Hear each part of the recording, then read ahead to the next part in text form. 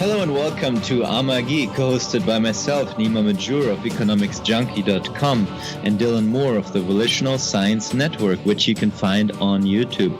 We are here to tackle ideas both ancient and modern in an effort to bring you the tools needed to expand the power of your worldview, making you a more potent entity professionally, politically, philosophically, or otherwise.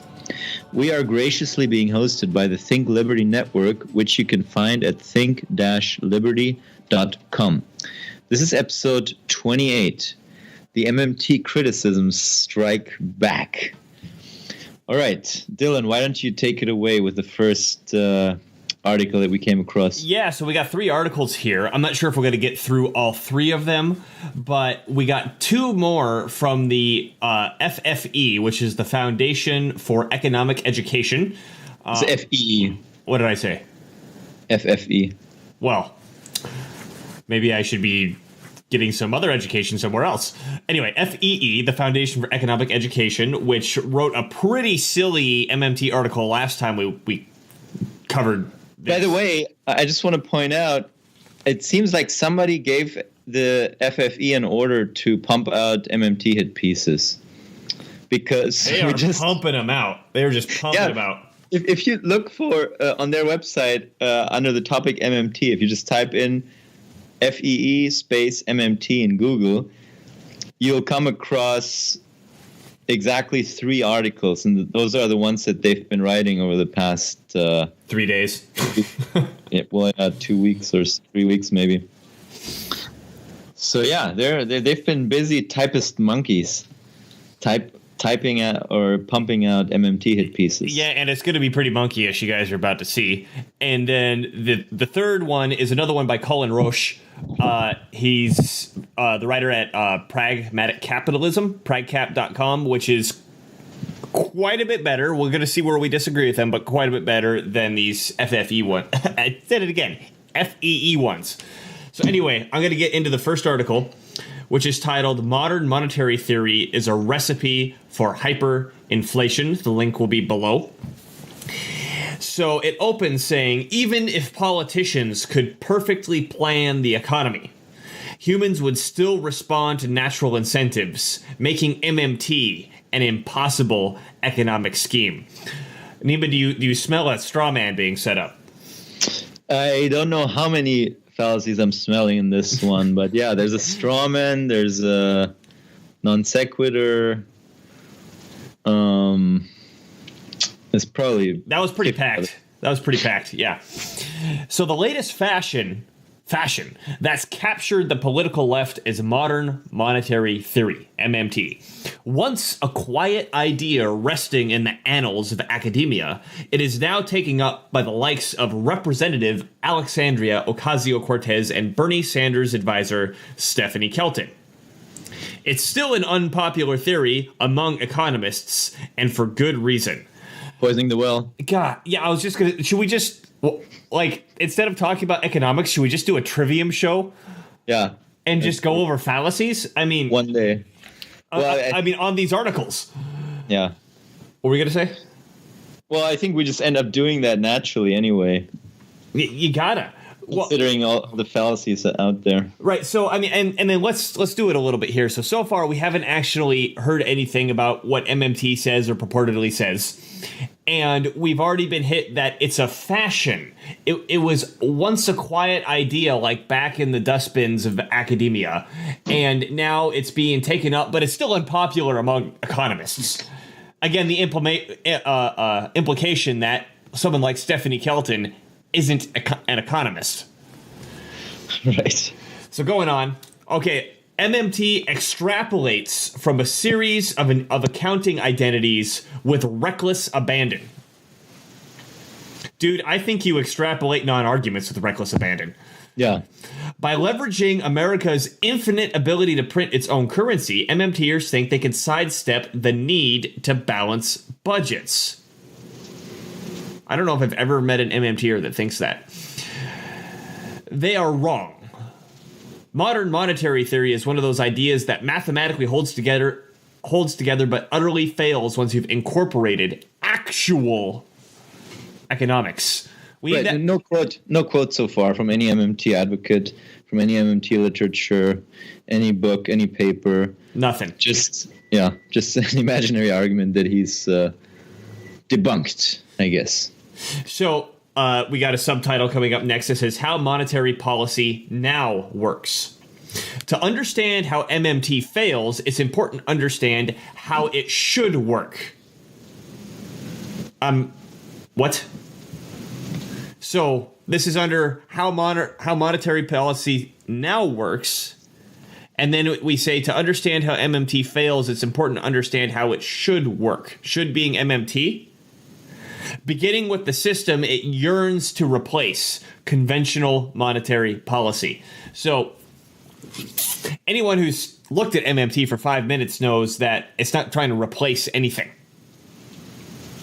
Yeah, just recognizes the system as is and has existed for 5,000 plus years. And then even if you're going to make the argument that it's an incorrect description of the monetary system, it is fallacious. We're going to be using that word a lot tonight, I can tell, to say it this way, which is it's yearning to replace something. It's not.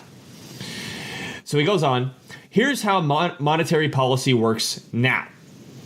If a central bank, such as the U.S. Federal Reserve, the Fed, thinks interest rates should be lower to encourage economic growth, it creates money at the push of a button. No. Well, let's hear what he has to say.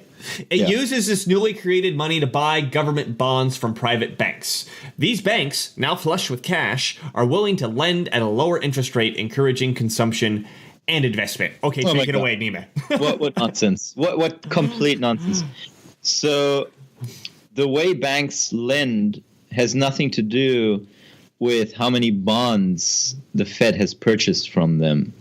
A bank makes a loan when it finds a willing and able borrower. That's how banking works. And the Fed does buy bonds, in particular short-term bonds, to drive down the interest rate, or sells bonds to drive up the interest rate that is charged on reserves. But there's no need to do that. They could technically just declare a one stable interest rate and keep it at that. Lowering interest rates does not encourage economic growth. He basically lists all the cliches of mainstream corporate media idiocy that is pumped out regularly to confuse the public. But what he's stating in this paragraph has even there's lots of MMT critics would agree with me here that this is economic illiteracy that he's promoting here. Let's just go through it here. Okay. Sure. It uses the newly created money to buy government bonds from private banks. These banks, now flush with cash, are willing to lend at a lower interest rate. Yeah, you don't even know where to start, do you? Yeah, because if so, he doesn't know the first thing about reserve banking and interbank reserves and how this entire banking system works. Basically, if the Fed buys bonds from banks, and those banks are now flush with cash, which would be bank reserves, that would immediately drive the interbank lending rate below the Fed's desired rate, which is why the Fed would sterilize whatever money has been injected immediately by selling short-term bonds into the system. So this is one thing that people oftentimes don't consider when it comes to quantitative easing. The money that's injected generally, the reserves that are injected are generally pulled out of the economy again by necessity, because the Fed has declared a rate and is determined to maintain that rate. What does lower the interest rate is when the Fed declares a lower rate and enforces that rate in its interbank operations, but it's got nothing to do with the bank willing to lend at a lower rate or any such. No, there's no such mechanism.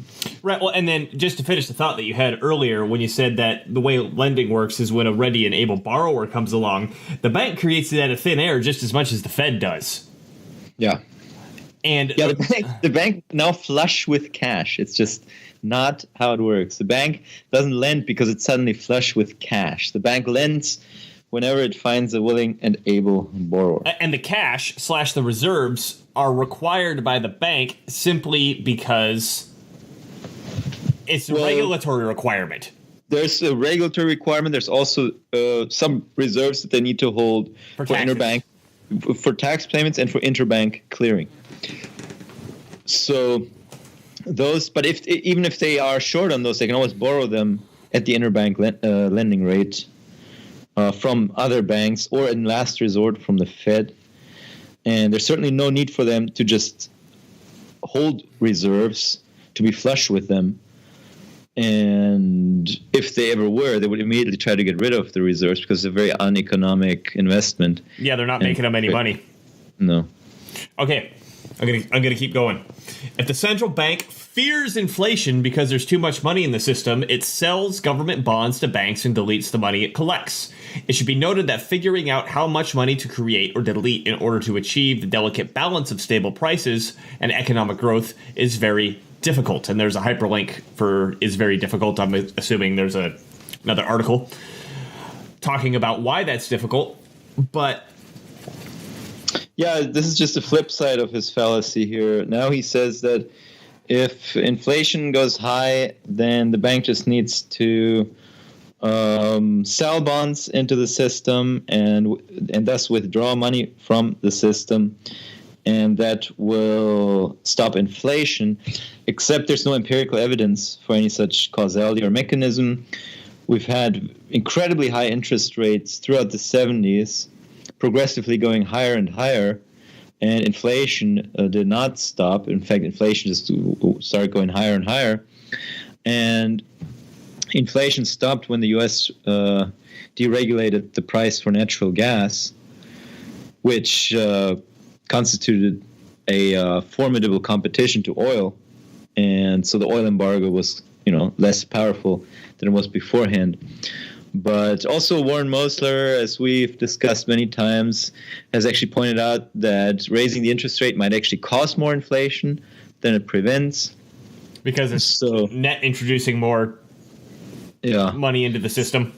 So what this guy is, in fact, outlining here is the prevailing mythology on how money and banking work, and the prevailing myth that is propagated by the media and whoever deems it helpful to confuse the public about these topics, including this author, I guess.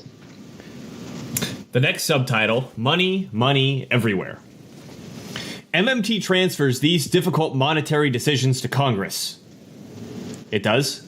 The Fed still creates money. Oh, I see. This is, in quotes, what MMT wants to do. The Fed still creates money, but Congress, by passing legislation, determines how much they create. New money doesn't flow through the banks, but through the recipients of various spending programs. Now, MMT is pointing out that this is already the case, in the sense that Congress is the one determining how much money to spend.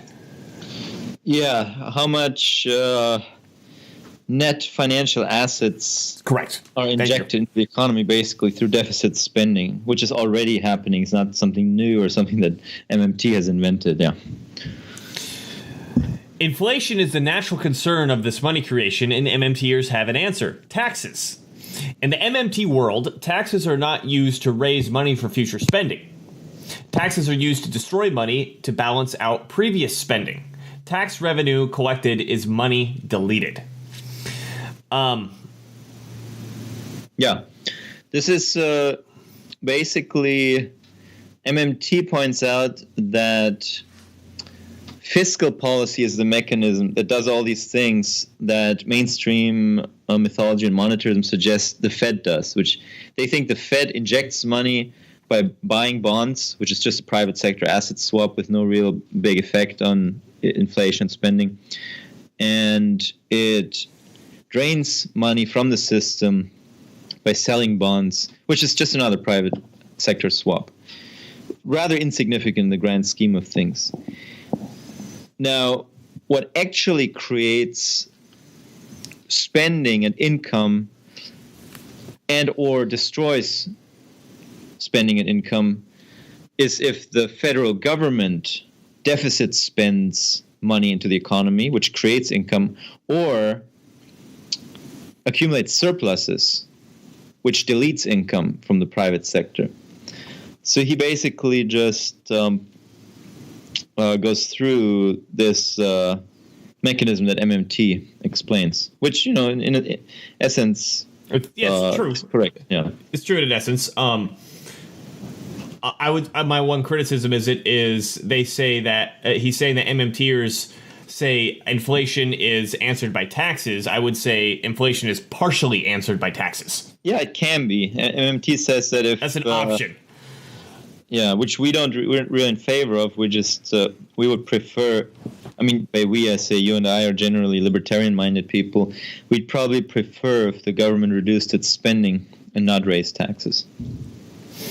This is all in a great economy, by the way, an economy that you and I have probably never seen in our lives, an economy that is the type of economy that Warren Mosler talks about, where you have full employment, companies are competing for employees, and resources are fully utilized. And that kind of scenario, which we're far away from, you could start seeing high inflation. In that scenario, taxes or reducing government spending would reduce the inflation that's caused by this excess demand. Right. And then one thing to reemphasize here, we've emphasized this in other videos specifically on this topic, is that money supply is not the only thing that can contribute to inflation. And in fact, there's evidence to support the fact that it's not really that big of a contributor. Yeah, we've discussed this before. Inflation is, according to MMT at least, inflation is caused by the sum of, in a full resource employed, in a fully employed economy. And by fully employed, I mean that the resources that money is being spent on are fully employed. So in such an economy, inflation is pushed up by the sum of deficit spending plus export surpluses plus investment spending. I'm going to keep moving on. Yeah. In an interview with NPR, Kelton likens the economy to a sink. The money supply is like water flowing from the faucet, which in the MMT world is spending. I like how he keeps throwing in the MMT world. In Bizarro world, this is how things work. Yeah, dude, it's not that strange of a metaphor here, man, or a simile. If there's too much water, the sink overflows, inflation, but have no fear. The government's ability to tax is like the drain. As long as money is flowing in from the faucet is balanced by money flowing out through the drain, there's no inflation. The result is limitless funding with no downside. How is that the result? Straw man. What? Complete straw man. Okay, I'm just sure. If you think that's too good to be true, you're right. Yeah, because it's a straw man. Once you've considered actual incentives, man, Nima, once you've considered the actual incentives, it's clear that implementing modern monetary theory doesn't avoid hyperinflation at all. The actual incentives. The actual incentives, Nima. I'm not going to tell you what they are. I'm just going to say the actual incentives. And what's the hyperinflation problem? I don't know. Yeah. Subtitle: The faucet is stuck and the drain is clogged. There's a reason modern economies establish a firewall between their elected officials and their central bank. They don't. Printing money to fund spending is much more politically tempting than raising that money with taxes. Well, we've already discussed that raising money collecting taxes isn't raising money for spending, and he didn't address the fact. He didn't give an argument why that's not the case. A sovereign government does not need to raise money to be able to spend money. A sovereign government declares a tax in the sovereign government's token and then spends the sovereign government token into existence and taxes some of that out of existence later on. Politicians have little incentive to restrain spending. I agree. Well, and actually, I half agree. Yeah. I think politicians' greatest incentive to restrain spending is to attack the opposing political party. Yes. Where we see that. Mm-hmm. Yeah, if I'm a Democrat and I don't like the Republicans, I'm going to start bitching about the budget as soon as they want to pay for something that I don't like, and vice versa.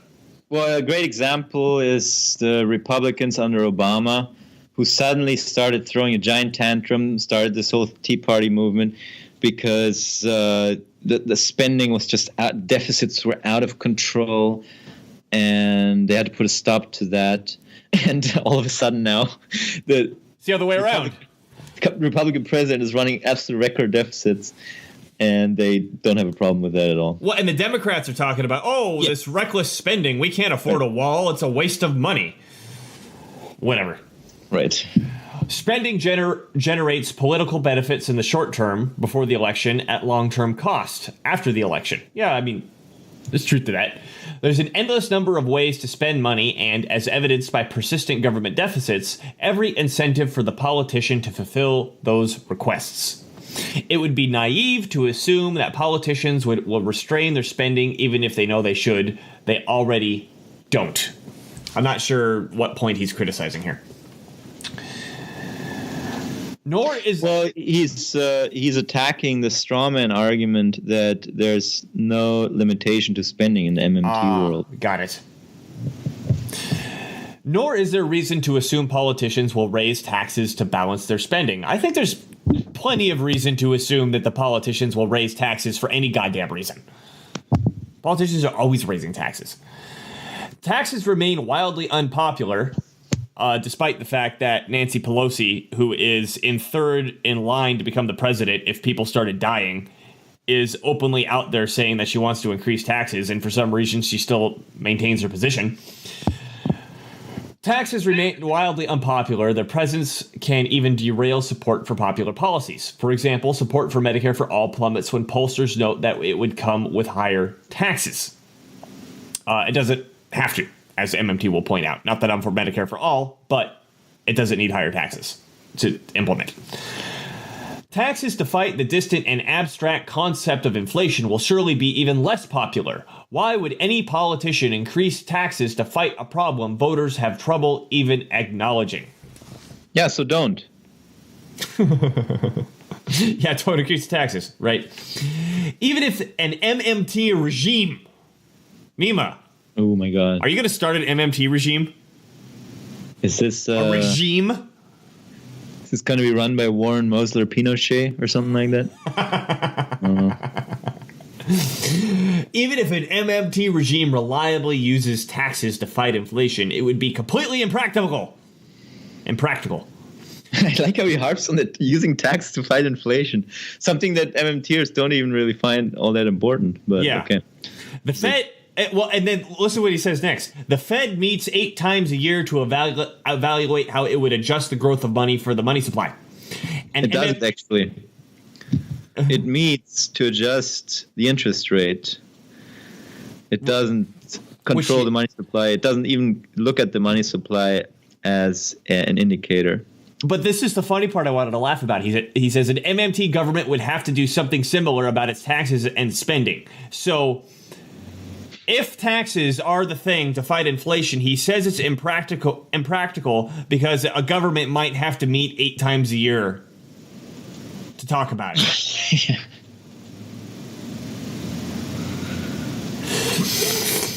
I don't know what this guy's doing in his spare time, where 8 times a year is, like, over the top.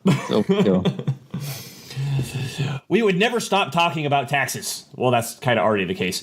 The 2017 tax reform took months to negotiate and incorporated a menagerie of conflicting interests, each pulling the tax code to a preferred policy outcome. Expecting lawmakers to carefully consider how much money they're leaving in the economy is ludicrous. Yeah, I mean, there's some truth to that, too. I don't expect any lawmaker to not be a narcissistic asshole. But yeah, I mean, you could just flip this argument back around where you could say, okay, well, this already exists, so how about we acknowledge what's actually real in the economy and, you know, bring this government fight over something that's real. Where you have all the conflicting interests pulling at each other, but at least they're pulling at each other over the way things actually work. The myopic attitude of politicians is why strong economies establish central bank independence. Really. Countries that subject the power to printing countries that subject the power to printing money to political pressure.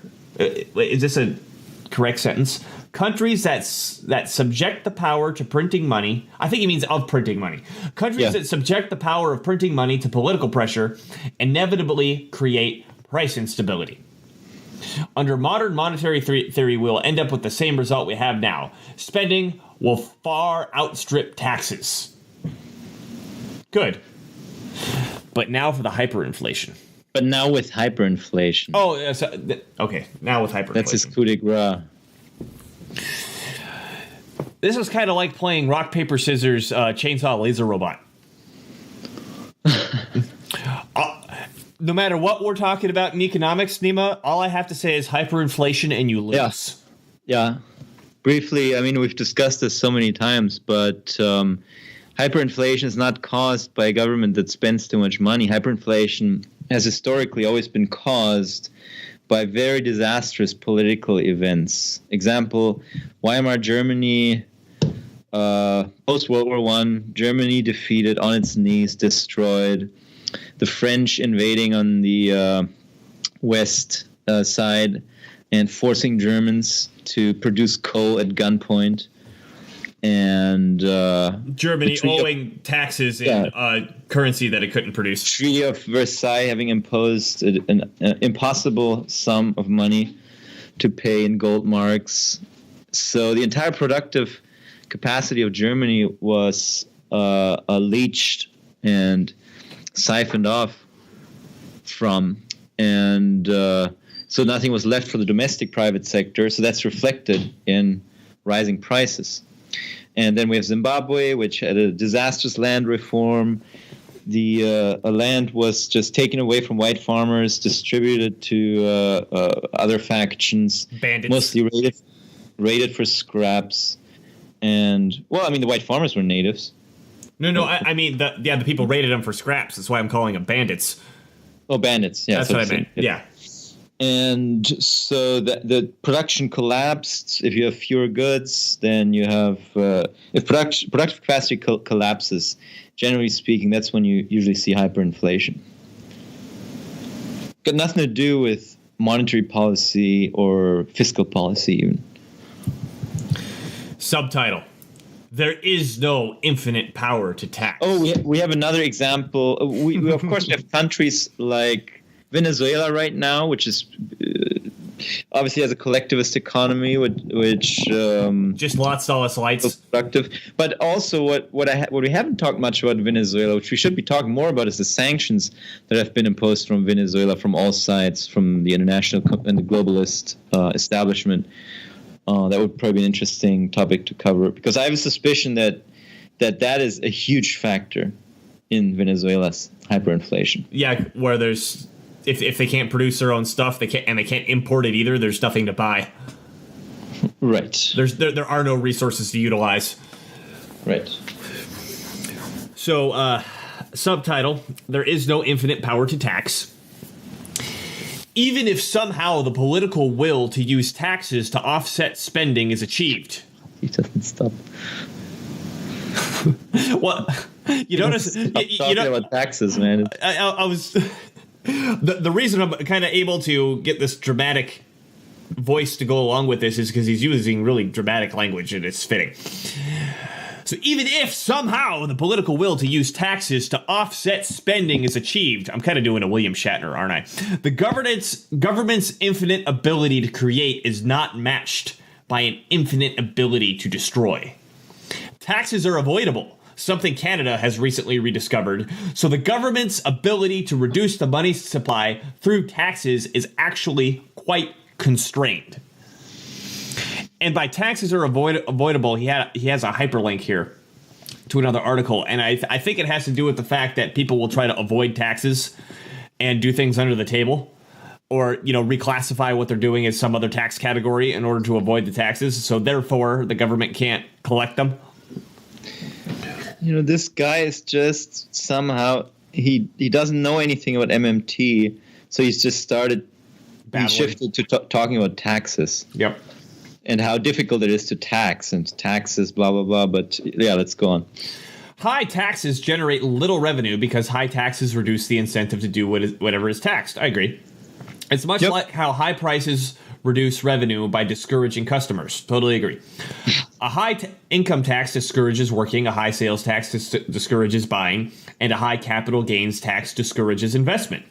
High taxes can even move activity to the untaxable informal sector, a phenomenon common in underdeveloped countries, i.e. under the table. There's a limit to how much the government can tax out of the economy.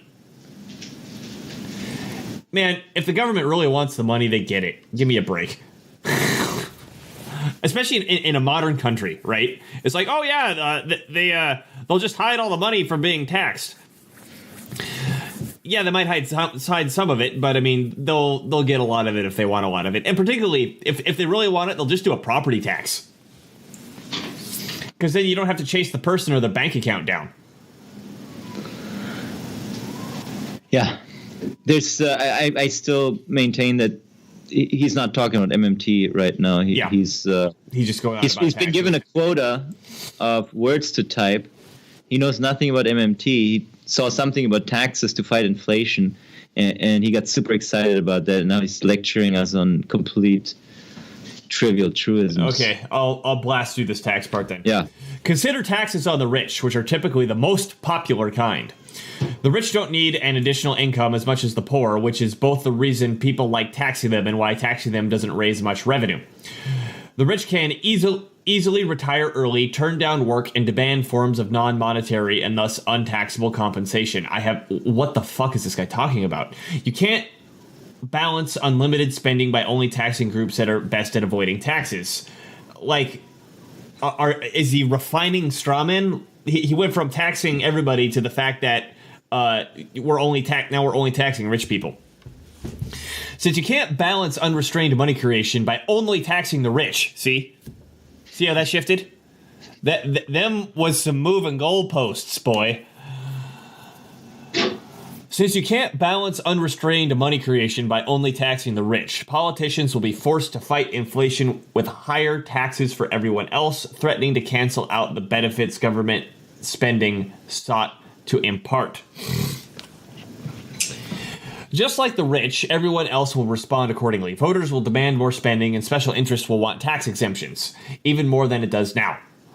Federal spending will epitomize Bastiat's insightful description of government, the great fiction through which everyone endeavors to live at the expense of everyone else.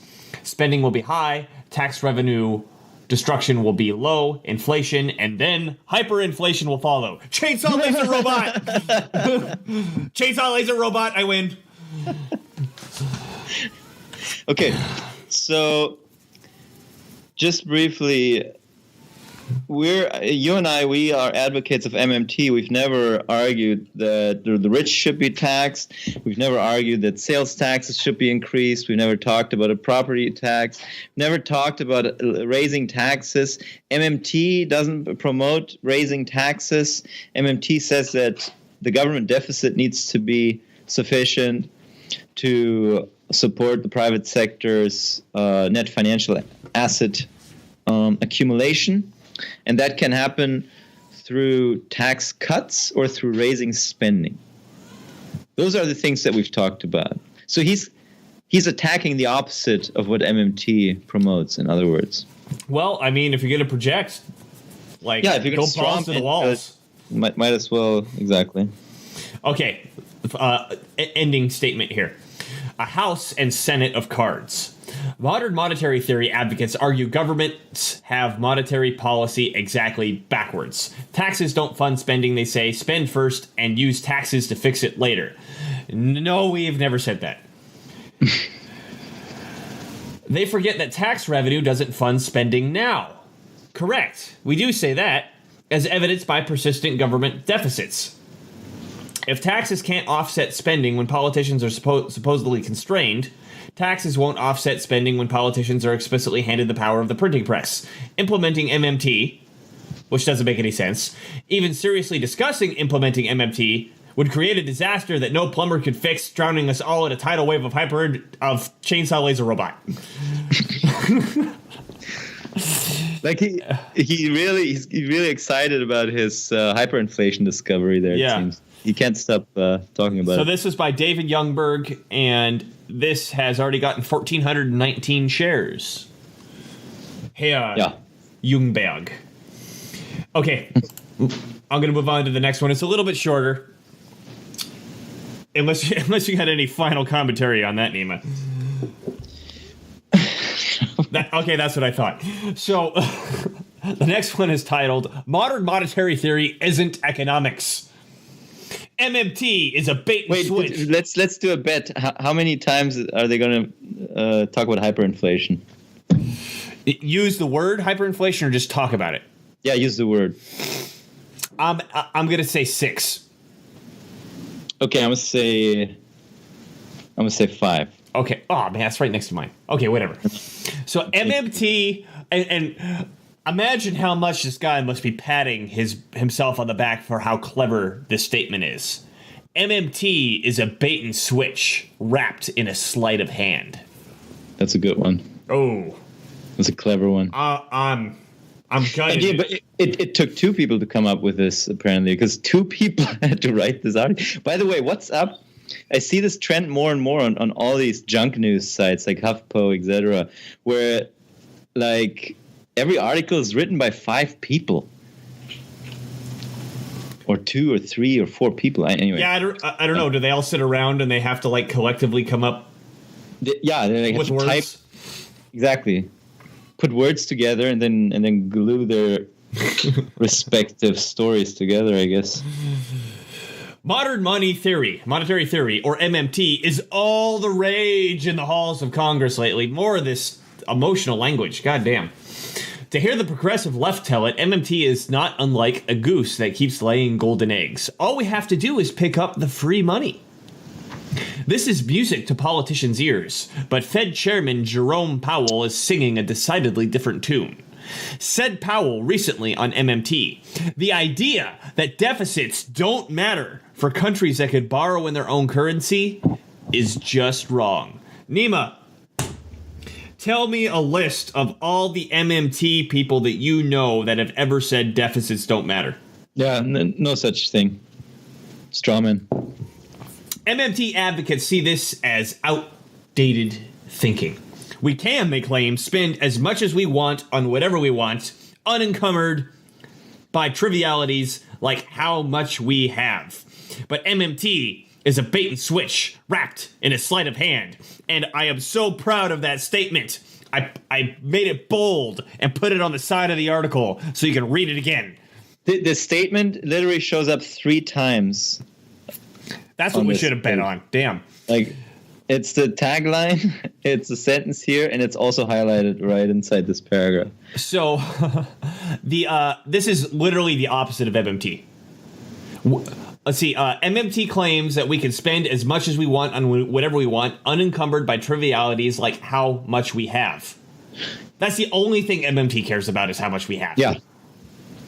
And it only, you can only say that shit if you've never read any MMT, if you've never talked to any MMT proponent, if you've never listened to any MMT people.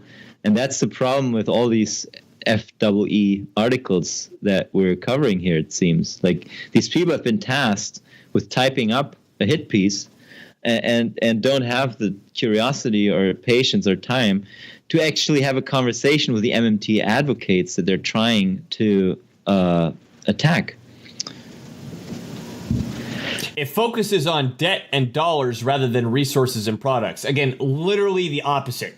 That is, flip that around, and that's what MMT actually says. The mainstream focuses on debt and dollars all the time. They always say, "Oh my God, the deficit, the number is big. It's scary. The national debt clock is ticking up. It's a big number. It's really scary."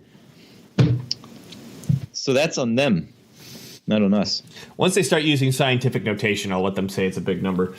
So debt and dollars are merely tools we use to transfer ownership of resources and products, right? It's the resources and products that matter, Nima. Shuffling debt and dollars merely changes the ownership of resources and products. It doesn't create more. Wow, what a bombshell. Did he bold that one too? Oh, no. No. He's that humble, I guess. We haven't had hyperinflation yet. I think we might lose this bet. He's just going to repeat that quote. Very disappointed, actually. He's just going to repeat that bait and switch and a sleight of hand thing over and over again. MMT inflates foreign currency. MMT begins with the government, in quotes, printing money. It's a good thing he put that in quotes, or else I wouldn't know what he was talking about. There's more to it than that, but the effect is to create money that didn't exist before and to place it in the hands of the government. The government then uses that money to pay for things that politicians want. That's actually how the system works. Yeah, that's how it works right now. I'm not sure where he's going here. But other things being equal, usually if somebody says that, there's a line of bullshit coming up. If things work in this exactly perfect universe I'm about to describe, then I'm right. I'm sure you are. But other things being equal, if the money supply grows faster than the production of goods and services, inflation results. MMT advocates claim that the growth in the production of goods and services will probably be enough to counteract any inflationary effects there might be. Have MMTers ever said that will probably be enough to counteract? Well, first of all, the money supply growth doesn't have anything to do with inflation. And MMT certainly states that if production outpaces or keeps up with the money supply, then inflation will be insignificant. That's a pretty mainstream statement, by the way. There's nothing new or novel about that. Yeah, I was going to say, I feel like I could turn on the news and get told that. Yeah. Growth in the production of goods and services averages about 2% a year. Other things constant, again, if we don't look at any other variable, we keep them all the same, the money supply would have to grow no faster than this to avoid inflation. Yeah, no, but not how it works. Not how inflation works. Complete nonsense.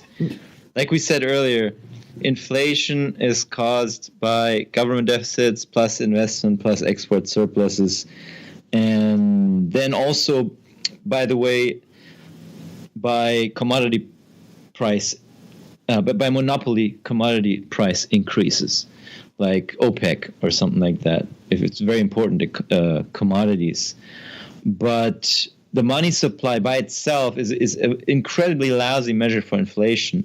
And you could see that in 2008 when the market was flooded with money, or 2008 and the following years when the Fed bought a bunch of money. And we've also seen in Japan for like 40 years, money injected like crazy and inflation negative or very low. And MMT explains these phenomena, predicts and explains these phenomena perfectly.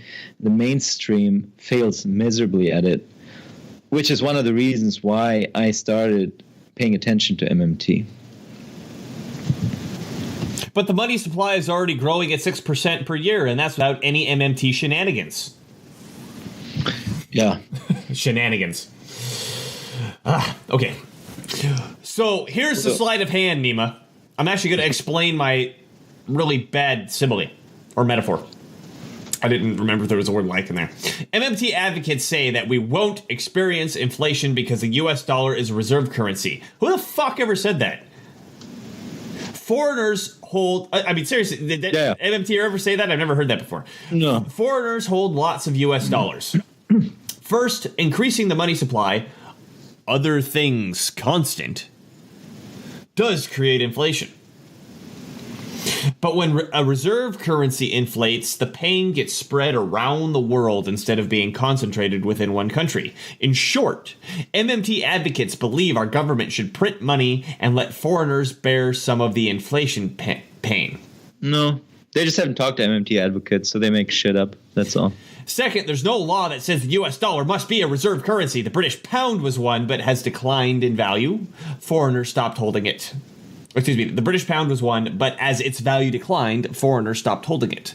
Foreigners will stop holding US dollars too, as their value declines.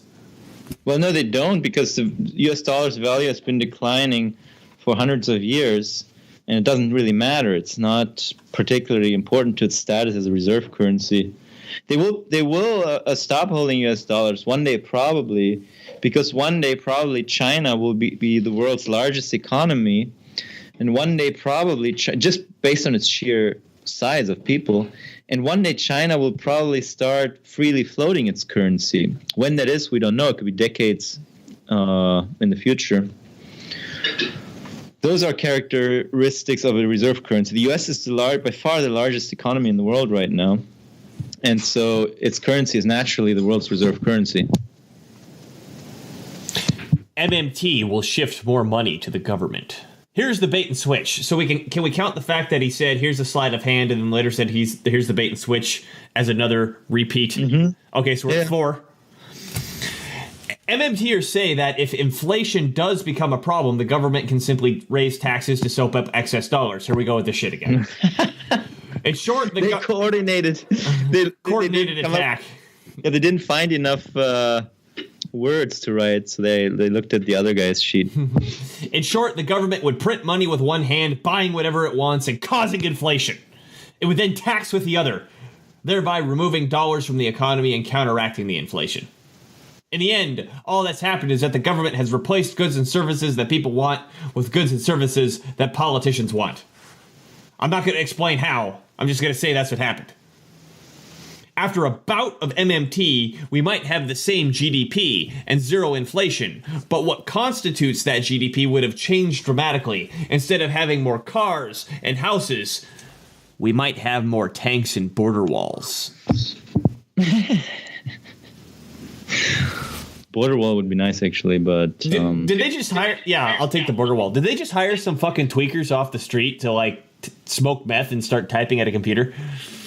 Yeah, because now his argument is basically really scary stuff is going to happen if you do MMT, because I say so. That's the sum total of it. When called on the bait and switch, I think that's 4.5, because we didn't hear a sleight of hand. And who did he call on the bait and switch? I don't know. And who gave him a response? This is all in his head, you see? He's having an imaginary conversation about it. That's what happens when you're tweaking out, man. You just see shit. Yeah. So when called on the bait and switch, the MMT response is that, as with the private sector, the government's decisions won't be flawless. If voters are displeased with fewer cars and more tanks, all they need to do is voice their displeasure. This response ignores nearly everything we know about human behavior in both the private and public sectors. Man. By the way, I'm getting secondhand high from the tweakiness coming off of this article.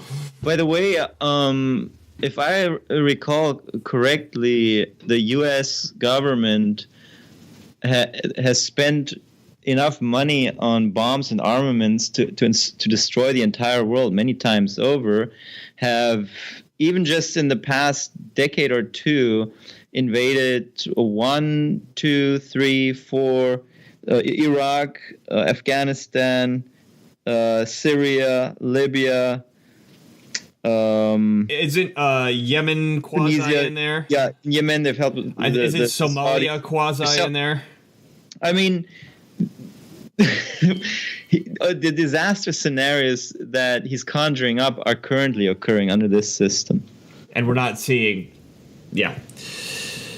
In the private sector, profit and loss feedback pushes business to correct errors. In the public sector, the motivation is simply to spend without constraint. Errors be damned. Yeah, there's some truth in that. Yeah. I'll agree with that.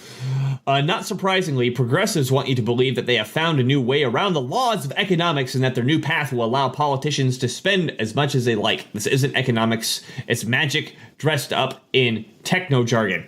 Except we don't say that the politicians can spend as much as they like. We're saying a whole bunch of other things that they haven't covered in this article. So that was written by an Anthony Davis and a James R. Harrigan. Thanks, guys. Yeah, good job. I bet it's fun being a monkey at a typewriter. Okay, so after that brain burn, we're now going to move over to something a little more hearty and a little more nourishing, which is Colin Roche over at pragcap.com. Again, this link will be below. And this is titled The Shortest and Best MMT Primer You'll Ever Read. Now, considering that the only other MMT primer I've ever read was by Randall Wray, which was, I mean, it wasn't super long, but it was pretty long, and it was quite dry. He's probably right. I don't want to criticize Ray too much, but damn, his writing is dry. Man, oof.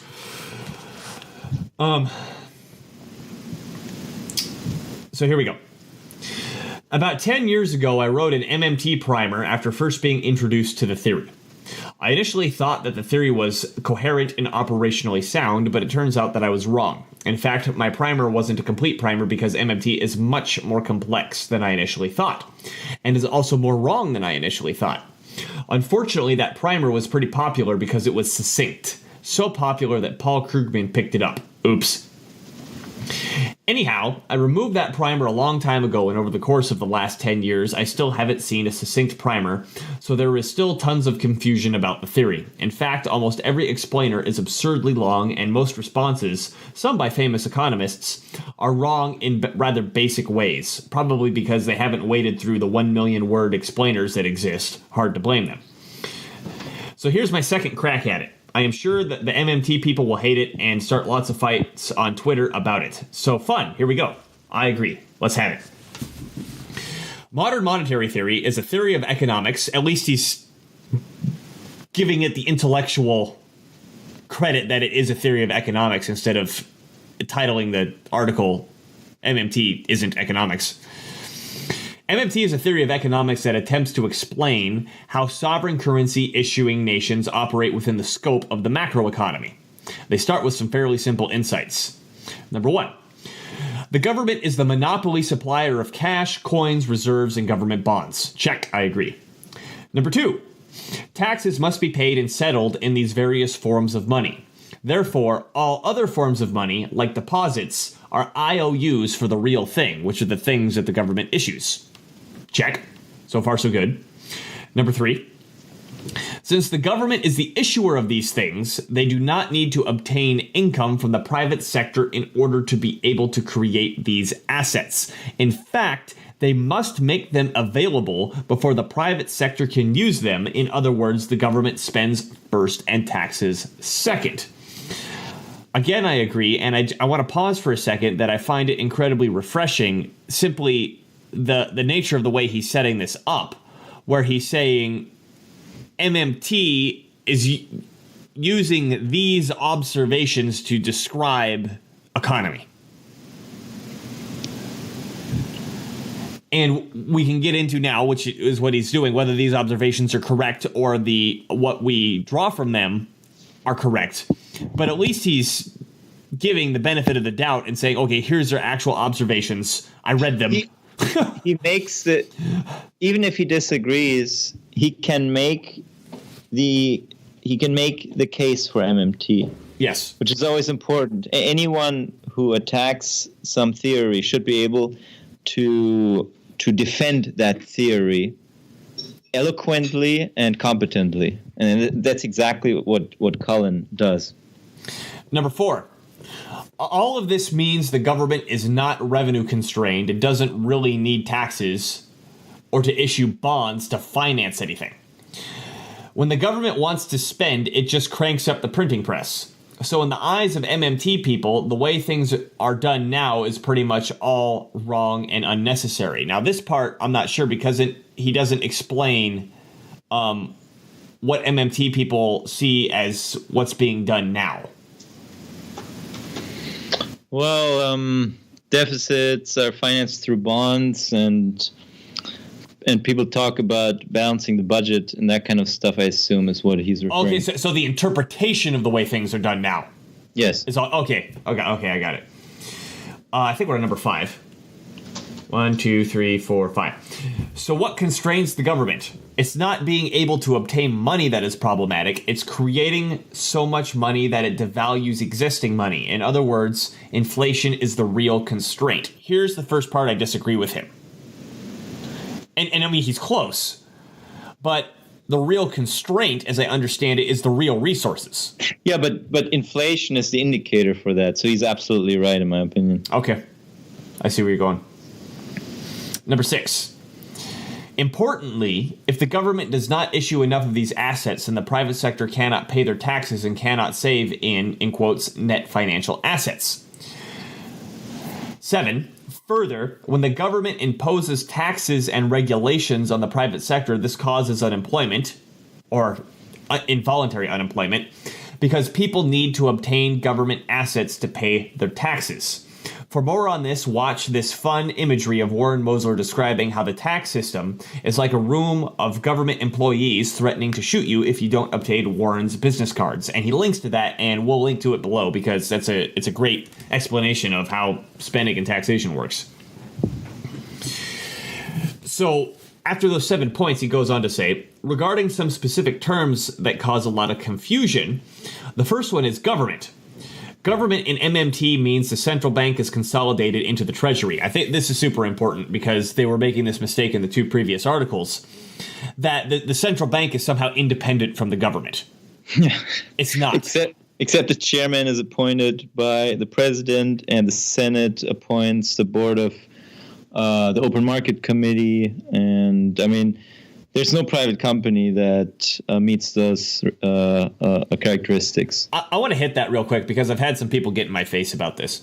So the Federal Reserve pays property tax on where it's located, and you can't FOIA it. You can't use the Freedom of Information Act on it, and I'm trying to remember if there was something else.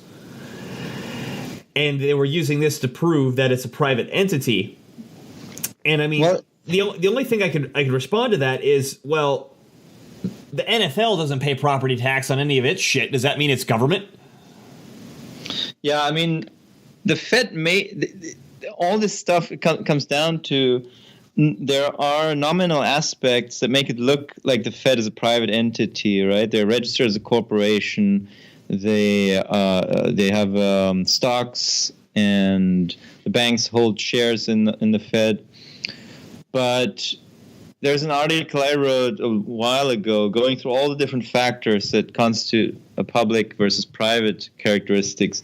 And there's just such an overwhelming amount of public characteristics that I think it's pretty obvious that the Fed is an entity of the U.S. government for all practical purposes. Oh, yeah. And thank you for pointing that out. But I remembered one other thing that someone was getting in my face about is this thing where nobody knows who owns it. It's public fucking record, because this the whole thing about the stock, per law, per the Federal Reserve Act, in order to be a bank, you must own stock in the Federal Reserve Bank. So the shareholders that get paid the 2% of the profits that the Federal Reserve earns. And when people wonder, we don't know where all the profits to the Federal Reserve are going to these unknown stockholders. I'll tell you who they are. They're every single bank in the country, and they get 2% of the profits. It's not 2% of the profits. It's 2% of the money paid in. Thank you. I believe. It's like a preferred stock, essentially. It's like they're receiving perpetual interest on these, whatever amount. I don't know if you're a bank, maybe you need to have like 50,000 or 100,000 buy-in in the Fed, and you receive some interest on that. 6%. 6%, right. And then, but you're referring to that. Yeah, but the majority of the profits, they just go back to the Treasury. 98% of them. Yeah. 98%.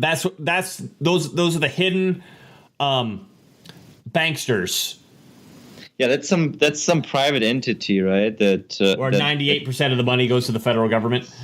Yeah, it's nonsense. Okay, going on. In the MMT world, the central bank is a government entity and mostly a distraction to the real business of government, which is fiscal policy. This is what we were talking about earlier, where the government deficit has way more to do with what's going on than whatever interest rate the central bank is coming up with. But if you consolidate the entities, you see that the real money printing is done by the Treasury, and that the interest rates are not constraining for government spending. True. So MMT basically thinks we should stop obsessing with interest rate changes and focus policy on fiscal policy, which is the more powerful lever. Yep. The next term, sovereign currency issuer, in MMT, means a country that doesn't peg its currency, has no foreign debt, is not resource constrained, has diverse output base, etc. Now, I want to stop right here because I've never seen this extended definition for sovereign currency issuer. Have you? Everything except for the diverse output base. The other things, don't peg your currency. No borrowing in foreign currency.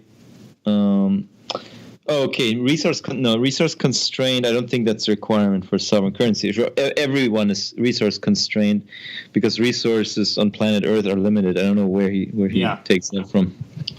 Basically, sovereign currency issuer is the MMT equivalent of a household that is really, really rich and won't likely go bankrupt, which is a useful concept and also a pretty meaningless one since most countries can't just choose to be sovereign. I'm not quite sure what to make of this sentence. Well, I mean, what does he mean by what does he mean by most countries can't just choose to be sovereign?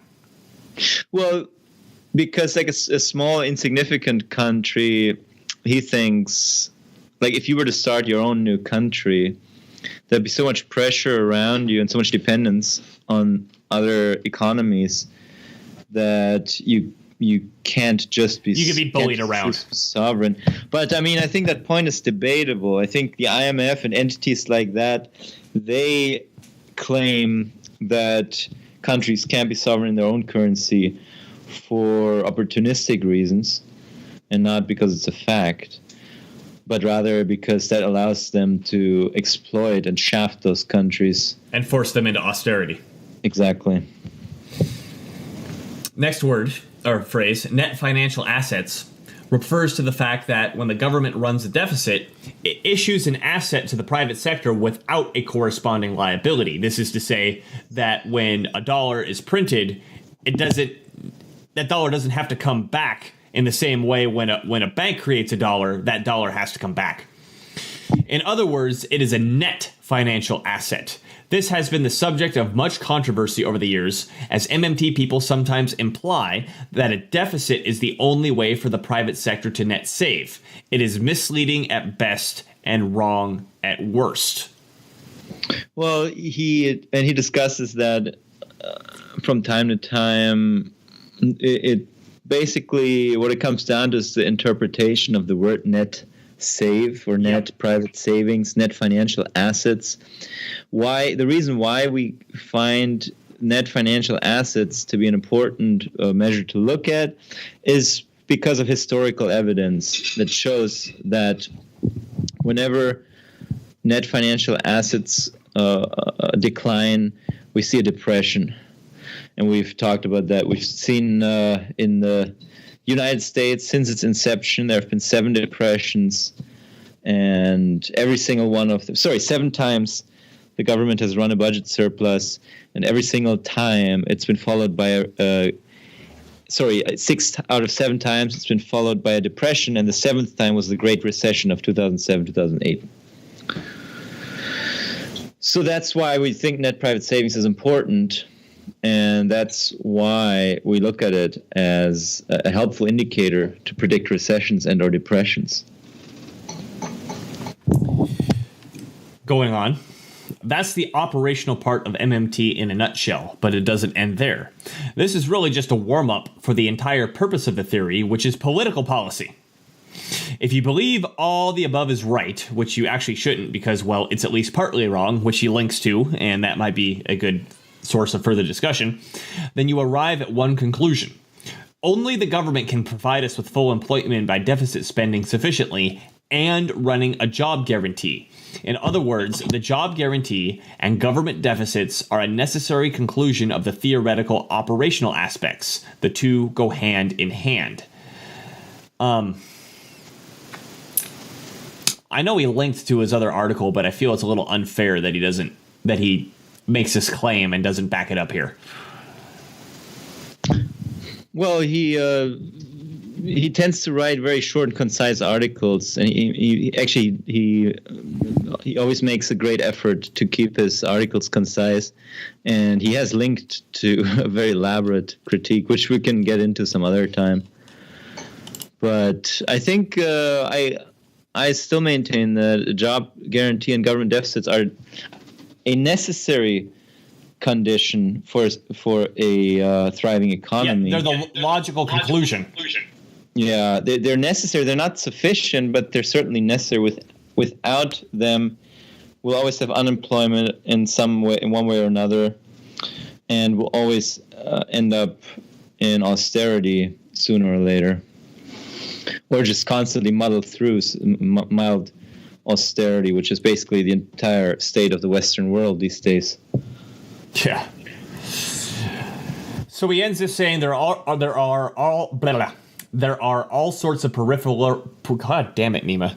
I blame you for this. Okay. Yeah, we finished off Dylan now. There are all sorts of peripheral distractions and details here, and the MMT people will no doubt throw many hissy fits over this post. That's true. Have you and I? Well, you and I haven't thrown hissy fits. You and I won't, but most other MMTers will definitely throw a hissy fit. Although maybe, yeah. But that's pretty much it. If you want to email me with complaints about these, please reach me at colinroach795-82255@gmail.com. And then he also writes here, I deeply apologize if this is a real email address and someone has to deal with all the annoying MMT people. Well, I hope we're not annoying people. We're just interested in the topic. And that's it. So, yeah.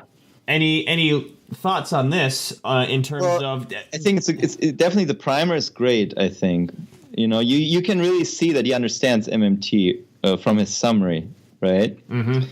And he has some very interesting further criticisms of it that he covers in a very long article, which we can get into some other time. But I think at least this gives you some sort of idea of what is an educated criticism of MMT and what is just tripe for quota. Yeah, I mean those two first articles, they read like goddamn CNN or BuzzFeed or something. Yeah, or like an elementary school student, but I don't want to offend elementary school. Yeah, I think I could have done better than that in elementary school. Yeah. And unless there's anything else that we need to add here, I think we've covered it pretty well. This has been Ama Geek, hosted by myself, Nima Majur of economicsjunkie.com, and Dylan Moore of the Volitional Science Network, which you can find on YouTube. And we're, of course, graciously being hosted by the Think Liberty Network, which you can find at think-liberty.com. By the way, now part of beinglibertarian.com. Woohoo! And we thank you very much for listening, and we'll see you next time.